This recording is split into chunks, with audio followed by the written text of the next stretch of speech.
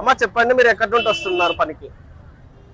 మా అందలపాడు ఎన్ని గంటలకు వస్తారు ఇక్కడికి? 9 కల్లా వస్తాం.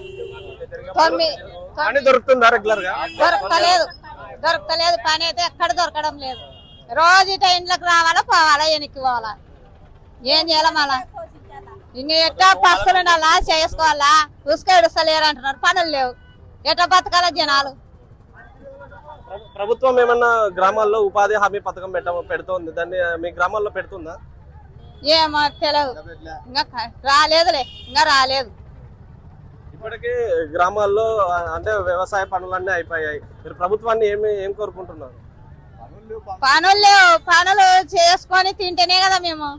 ప్రభుత్వానికి పనులు ఉండాలా, మాకు బతకనికే పనులతో పనులు లేకుండా ఎట్లా బతకాలా, పిల్ల తల్లి ఎట్లా తినాలా, అదొక్కటే మేము కోరుకునేది. పనులు దొరికితే అదంతా చేసుకొని పిల్ల తల్లిలో తింటాం.